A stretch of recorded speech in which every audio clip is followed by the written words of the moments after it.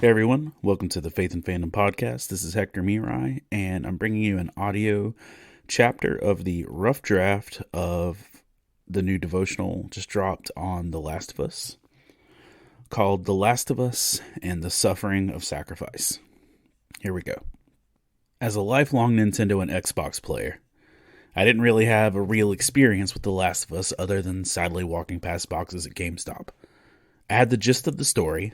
I knew who Joel was, and I knew who Ellie was.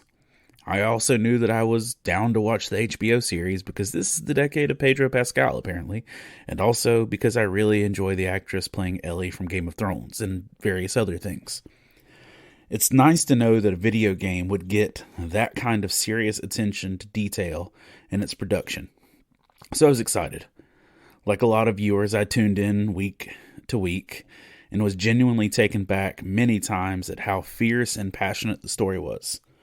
The struggle, the lostness that is in Joel.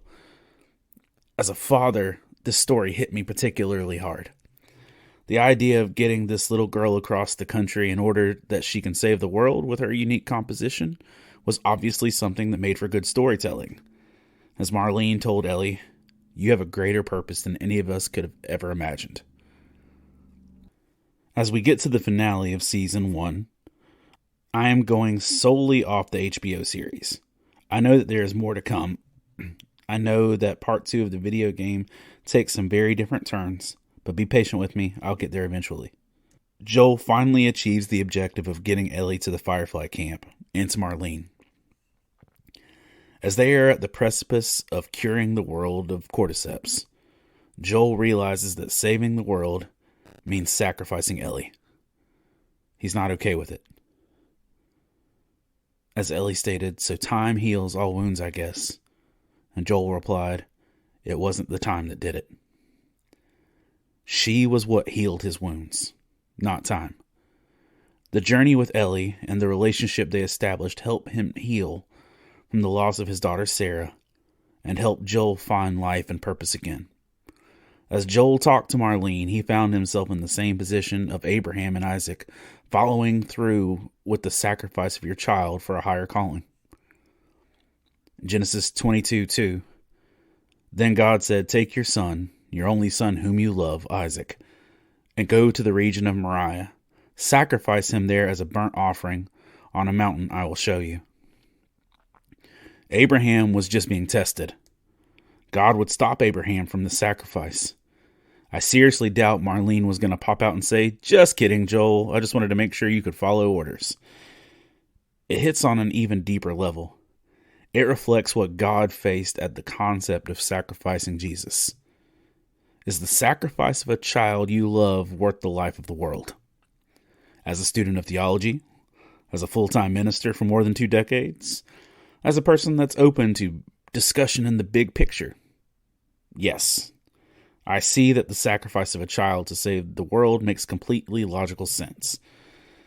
As a father of 3 daughters, I have some hesitancy. In my human, fatherly heart, I don't know of much that I would be willing to sacrifice my children for. Most people on a daily basis don't really have anything that they would sacrifice their children for either. So when Joel went off on his one-man army assault to fight through the Firefly camp and rescue Ellie, I empathized. I understood. I don't condone running through a hospital and taking out everyone in your way, but I understand. Marlene, our doctor, he thinks that the cordyceps in Ellie has grown with her since birth. It produces a kind of chemical messenger. It makes normal cordyceps think that she's a cordyceps. It's why she's immune. He's going to remove it from her, multiply the cells in the lab, produce those chemical messengers, and then we can give it to everyone. He thinks it can be a cure, Joel. Joel, cordyceps grows inside the brain. Marlene, it does. Joel proceeds to lose it, but Marlene is set in her reasoning. As Joel made his way into the surgical suite, the doctor thought keeping Ellie was worth his life, as he told an armed Joel, "I won't let you take her," before being shot down by Joel. As Joel made his way to the parking garage, Marlene tried it one last time to convince this man that sacrificing Ellie was the right move. Marlene, you can't keep her safe forever, no matter how hard you try. No matter how many people you kill, she's going to grow up, Joel, and then you'll die. She'll leave. Then what? How long till she's torn apart by infected or murdered by raiders?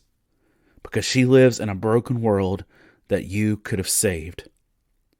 Joel, maybe, but it isn't for you to decide. Marlene, or you. So what would she decide, huh? Because I think she'd do what's right. And you know it? It's not too late. Even now, even after what you've done, we can still find a way.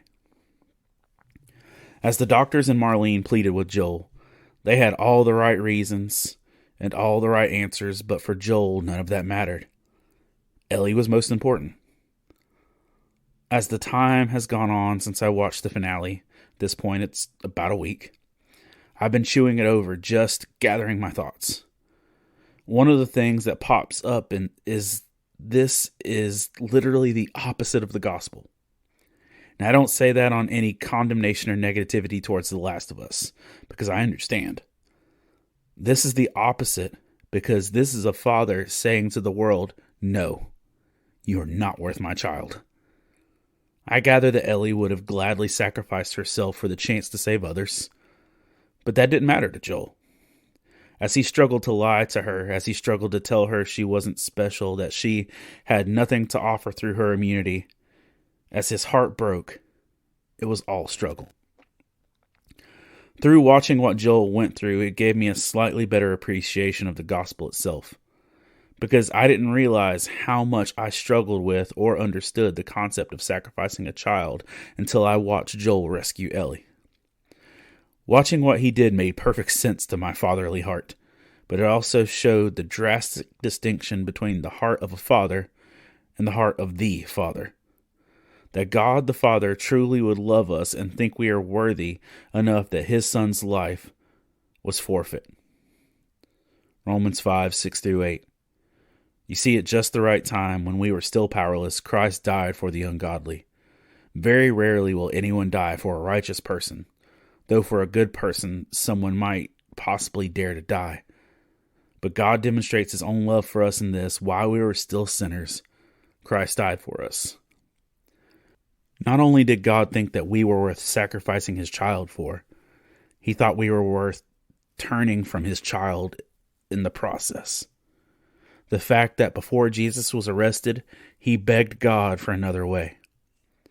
Matthew 26:38-39 and also 42.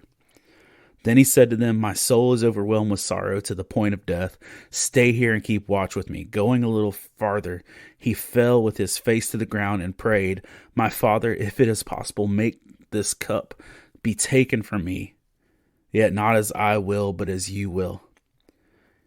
He went away a second time and prayed, my Father, if it is not possible for this cup to be taken away, unless I drink it, may your will be done.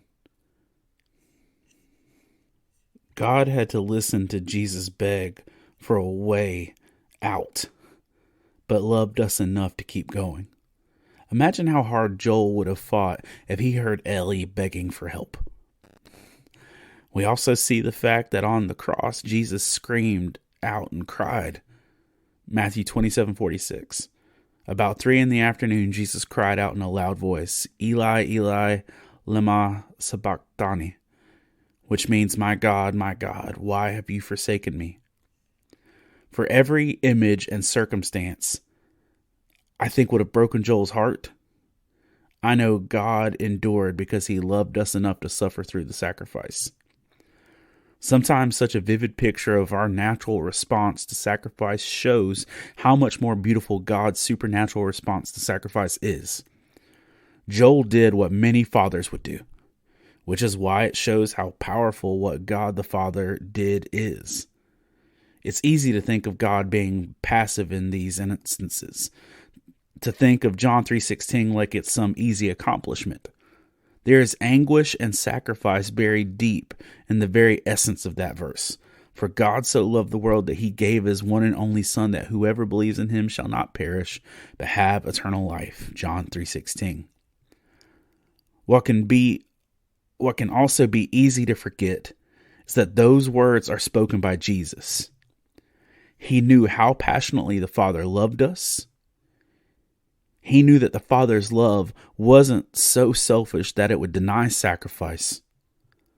The Father saw that we were worth Christ's sacrifice from the first to the last of us. And this has been the rough draft of this chapter. If you want to read this in print, you can head over to faithandfandom.org and you can check that out in the blog section. And while you're there, you can see some other chapters. But if you're trying to find this one chapter specifically, you should look in the section that's laid out as Book 9, or check in the video game section, and that should pull that up there as well. And currently working on the Book of Many Devotionals and also Book 9 at the same time. And before we go, I want to take a moment to thank our Patreon supporters, Scott Ward, Alicia Benson, Candace Davis, Jay Sheed, Jillian, Jason Crutchfield, Mike Perna, Todd Turner, John Jacobs, Zach Harris, Caleb Grimm, Jeanette Skaggs, Chris Poirier, Jason Bullock, Christina Ray, Sarah Lewis, Patrick Gale, Rebecca Godlove, and Adam Davis. Thank you all so much for supporting Faith and Fandom and help making this all possible. And thank you for listening. If you are listening to this on a podcast app, rate the podcast, subscribe. If you're watching this on YouTube, do the same thing. And I'd love to hear your commentary and thoughts back as well. So thank you for taking the time to listen, and I hope it was encouraging to you.